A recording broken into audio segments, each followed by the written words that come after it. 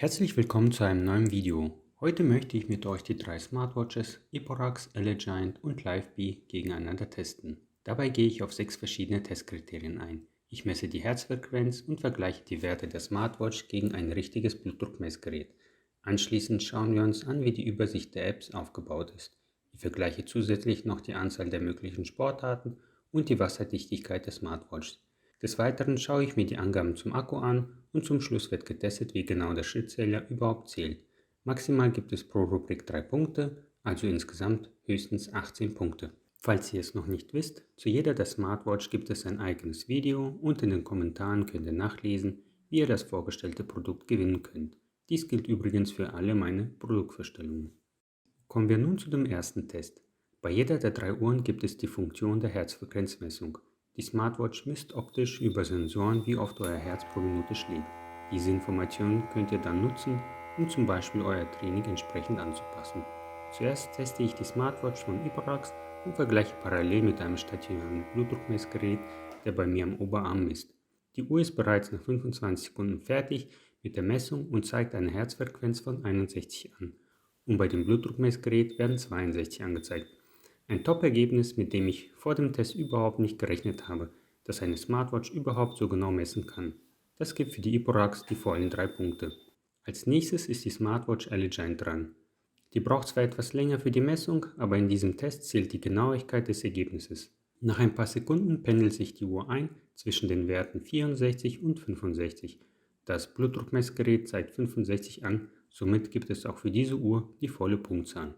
Auch die LiveBee Smartwatch hängt dem Test nicht hinterher und misst eine Herzfrequenz von 61. Wer hätte das gedacht? Alle drei Uhren haben sehr genau gemessen und erreichen die volle Punktzahl. Fahren wir fort mit dem zweiten Test. Hier möchte ich herausfinden, welche Smartwatch seine Apps bzw. die Applikation am übersichtlichsten gestaltet hat. Die Anordnung der Apps bei der Elegiant ist schön kompakt und übersichtlich. Zudem haben die Apps ein schönes Design mit entsprechender Animation, wie ihr es auf der rechten Seite sehen könnt. Bei der LiveBee sieht die Anordnung schon ganz anders aus. Der Schrittzähler, die gelaufenen Kilometer und verbrannten Kalorien befinden sich unten. Weitere Anwendungen wie die Herzfrequenzmessung oder der Musikcontroller befinden sich rechts, wenn man vom Hauptfenster aus von rechts nach links wischt. Die Anordnung bei der Eporax erinnert an ein Kreuz. Das Wischen der Apps von rechts nach links ist umlaufend und im Hauptfenster befindet sich unter anderem der Schrittzähler. Neben der Herzfrequenzmessung hat die Smartwatch noch zusätzlich die Möglichkeit, den Blutdruck und den Sauerstoffgehalt zu messen. Kommen wir nun zu der Punktebewertung. Die Apps der Elegiant sind übersichtlich angeordnet und haben ein schönes Design. Was mich jedoch stört, es fehlt der Schnellzugriff, um die Musik am Handy zu steuern. Somit gibt es dafür einen Punktabzug. Die Smartwatch von LiveBee hat zwar den Schnellzugriff zu der Musik, jedoch wurde hier dem Schrittzähler, den gelaufenen Kilometer und den verbrannten Kalorien eine eigene Ansicht gewidmet.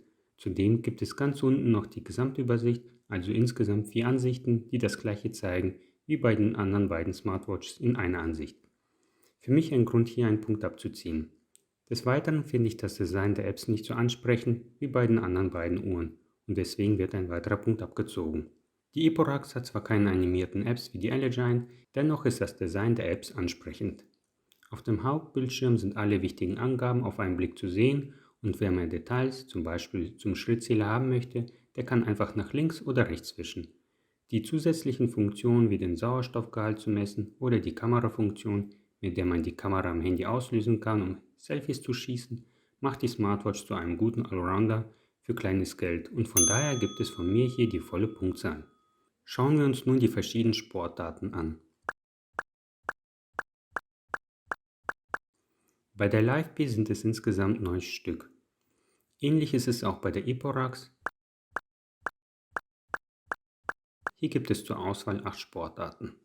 Die Smartwatch von Elegiant hat nicht nur doppelt so viele Sportarten wie die anderen beiden, sondern insgesamt 24 Stück. Die Punkte bewerte ich hier nur rein an der Anzahl. LiveBee bekommt somit 2 Punkte, Eporax 1 Punkt und Elegiant die volle Punktzahl.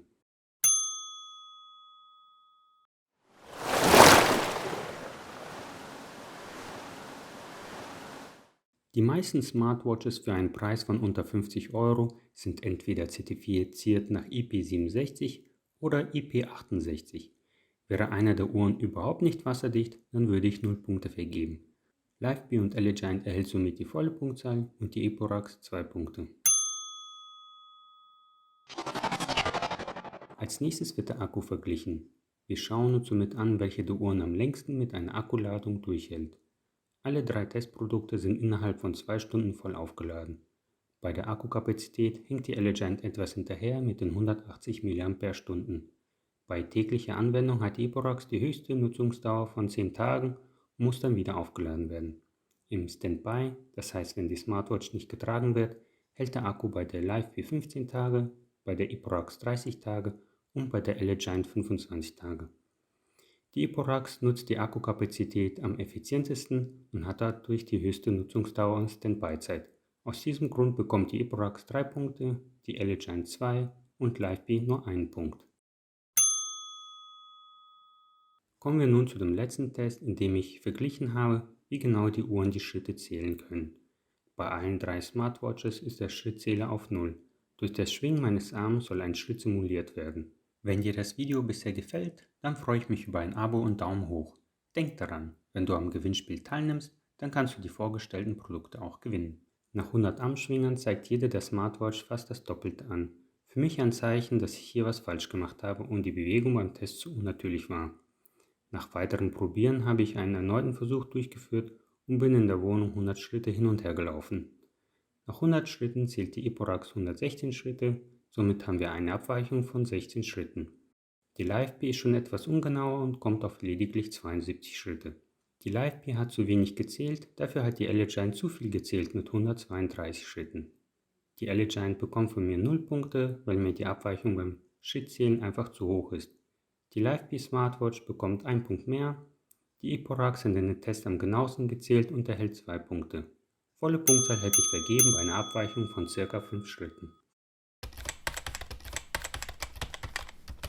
Zählen wir mal die Punkte alle zusammen. Der Blutdrucktest lief für alle 3 Uhren hervorragend, volle Punktzahl. Bei den Apps hat mir zwar die Elegiant ebenfalls gefallen, aber die Eporax konnte mich am besten überzeugen aufgrund der vielen Funktionen. Die meistgenutzte Sportart wie Laufen war bei allen 3 Smartwatches dabei, jedoch hat hier die Elegiant mit ihrer großen Auswahl die 3 Punkte geholt. Wasserdicht sind ebenfalls alle 3 Uhren, ein Punkt Abzug gibt es trotzdem bei der Eporax. Im Akkuvergleich konnte sich die Eporax durchsetzen und holt sich in dieser Rubrik die meisten Punkte.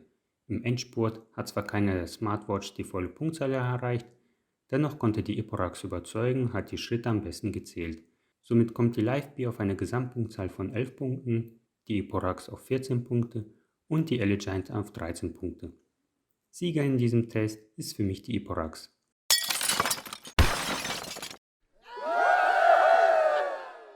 Schreib mir doch in den Kommentaren, welche Smartwatch für dich der Sieger wäre.